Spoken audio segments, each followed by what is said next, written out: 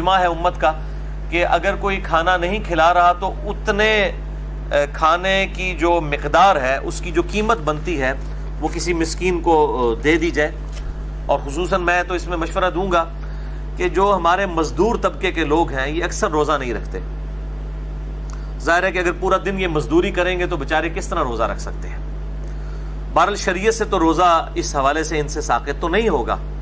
تو ایسے لوگ پھر عموماً جو ہے وہ رمضان میں ادھار اٹھا لیتے ہیں، یا اگر جنہوں نے روزہ رکھنا ہے، کوئی لاکھوں میں ایک ہوتا ہے کہ جو اتنا جس کو اللہ توفیق دیتا ہے. بہرحال اکثریت تو روزہ رکھتی نہیں ہے. اور یہ بھی مطلب پبلک میں بھی مشہور ہے کہ جی وہ عجیب و غریب قسم کے واقعات بنائے ہوئے ہیں. جی ایک گورا آ گیا، جی اس نے دیکھا ایک مزدور مزدوری کر رہا تھا، اس کو علیحدہ لے گیا، اس کو کہا تمہیں کوئی نہیں دیکھ رہا، پانی پی لو.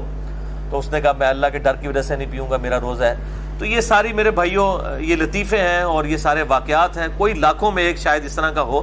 ادروائز مزدوروں کی جو اکثریت ہے علا وجہ بصیرت 90% سے زیادہ مزدور جو ہے روزہ نہیں رکھتے اور نہ وہ رکھ سکتے ہیں. کیسے رکھیں؟ تو ان کو پھر اس قسم کا فدیہ دے دیا جائے، یا کم از کم ان کو ایک مہینے کا خرچہ ڈلوا دیا جائے تاکہ وہ رمضان کے روزوں میں اپنے کام سے چھٹیاں کر کے تو کم از کم روزے تو رکھ سکیں. ادروائز تو ان کے لیے بڑا مشکل ہو جائے گا.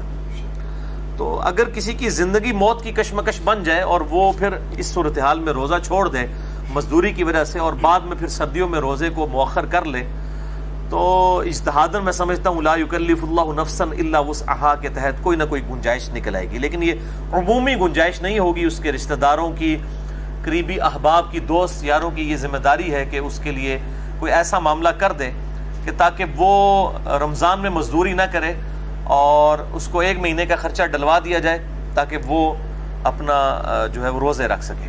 تو یہ زیادہ یعنی حقدار ہیں کہ ان کو مہینے کا راشن ڈلوا دیا جائے. اور یہ